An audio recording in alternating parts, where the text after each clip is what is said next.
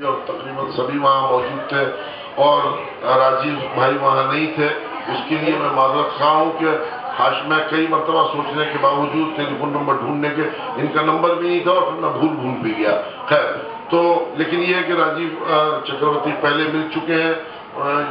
جشن حنیف بکر میں تشریف لائے تھے ہمارے خواجہ صاحب. خواجہ رضی حیدر بہت بڑا نام ہے, بلکہ خواجہ رضی حیدر کے برابر میں بیٹھ کے میں خود اپنے آپ کو بڑا محسوس کرنے لگا ہوں. اور یقیناً جیسا کہ سب جانتے ہی ہیں کہ خواجہ رضی حیدر, ہاں یہ بات علیحدہ ہے کہ خواجہ رضی حیدر کے اندر وہ بناوٹ اور وہ ساری وہ جو مشاعرے بازی کی جو حرکتیں ہوتی ہیں, خواجہ رضی حیدر اس سے ناواقف ہے اور نہ اس کی ضرورت محسوس کرتے ہیں. ہاں لیکن یہ ہے کہ بہت بڑا نام ہے اور کسی دنیا کے کسی کونے میں بھی ادب سے تعلق رکھنے والا جس شخص نے چند اشعار بھی اگر کہیں پڑھے ہوں گے اور کسی ادب کے بارے میں کتابیں اس کی نظر سے گزری ہیں تو خواجہ رضی حیدر کے نام سے ضرور واقف ہے. ہم سب کی خوش قسمتی ہے کہ خواجہ صاحب ہمارے ساتھ موجود ہیں اور بحمداللہ یعنی دوسری مرتبہ تشریف لائے ہیں اور انشاءاللہ جی پھر جلد ہی تشریف لائیں گے. خواجہ صاحب سے میں دستبستہ گزارش کرتا ہوں کہ اب مائک ان کے حوالے اور جی بھر کے سنائیں.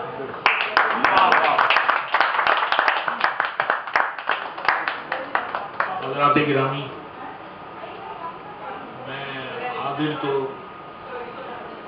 ایشین امریکن رائٹرز فورم کی دعوت اور بلا شبہ تاریخ ہاشمی کی محبت سے بنا ہوا ہے, حاضر ہوا گیا, لیکن اب مجھے یہ محسوس ہوتا ہے کہ میں تمام اہل ڈیلس کی دعوت پر یہاں آیا اور میں یقینی طور پر ان سب کا حاصل یہاں سے مجھے جس انداز کی محبت دی گئی اور جس طرح سے میری پذیرائی کی گئی, جبکہ میں بلا شبہ اس کا مستحق نہیں تھا, لیکن مجھے بہت عزت دی گئی. اللہ تعالیٰ سب کو خوش رکھے. اور آج فرحان سید صاحب کے دولت کدے پر یہ محفل مشاعرہ منعقد ہے.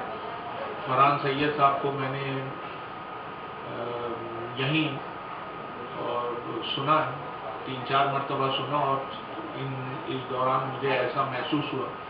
چونکہ بہرحال چھوٹا موٹا میں نباز بھی ہوں, تو ایسا محسوس ہوا جیسے ان میں بے پناہ قوت ہے اور یہ روایت اور اصلی آگہی تمام چیزیں اور یہ ایک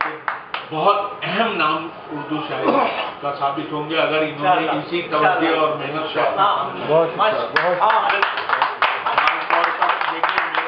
میرا ایک ہنر جو ہے جس کو میں اپنا ہنر سمجھتا ہوں وہ یہ ہے کہ میں ردیفیں لکھتا ہوں زیادہ تر, شعر تو تاریخ ہاشمی کہتے ہیں, لیکن فرحان کی ردیفیں جو ہیں میرے لیے قابل رشک ہیں.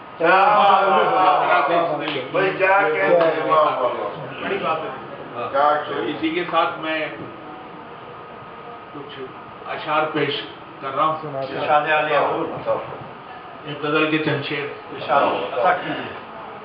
کہ کسی بہار کا حقدار کر دیا جاتا,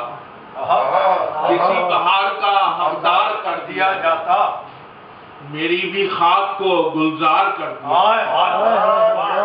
کسی بہار کا حقدار کر دیا جاتا, میری بھی خاک کو گلزار کر دیا جاتا. میں ہم نشیں تھا کسی شب چراغ کا ورنہ, میں ہم نشیں تھا کسی شب چراغ کا ورنہ, مجھے بھی نقش بدیوار کر دیا جاتا. میں ہم نشیں تھا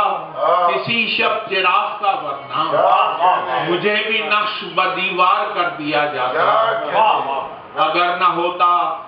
میں اپنے وجود کا منکر, اگر نہ ہوتا میں اپنے وجود کا منکر, میرے وجود سے انکار کر دیا جاتا. اگر نہ ہوتا میں اپنے وجود کا منکر، میرے وجود سے انکار کر دیا جاتا، اگر میں کرتا نمائش شکست پائی کی تو راستہ میرا دشوار کر دیا جاتا،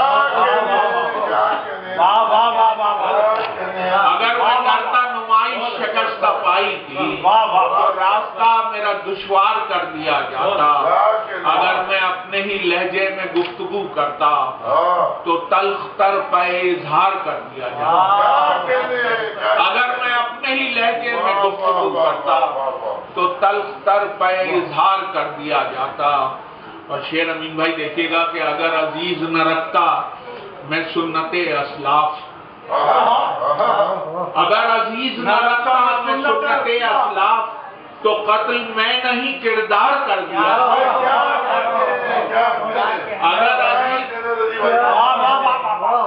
اگر عزیز نہ رکھتا میں سنت اسلاف تو قتل میں نہیں کردار کر دیا جاتا، تو قتل میں نہیں کردار کر دیا جاتا، اگر نہیں تھا طرفدار کوئی میرا تو مجھ کو میرا طرفدار کر دیا، کسی بہار کا حقدار کر دیا جاتا، میری بھی خواب کو گلزار کر دیا جاتا، اگر عزیز نہ رکھتا میں سنت اسلاف تو قتل میں نہیں کردار کر دیا۔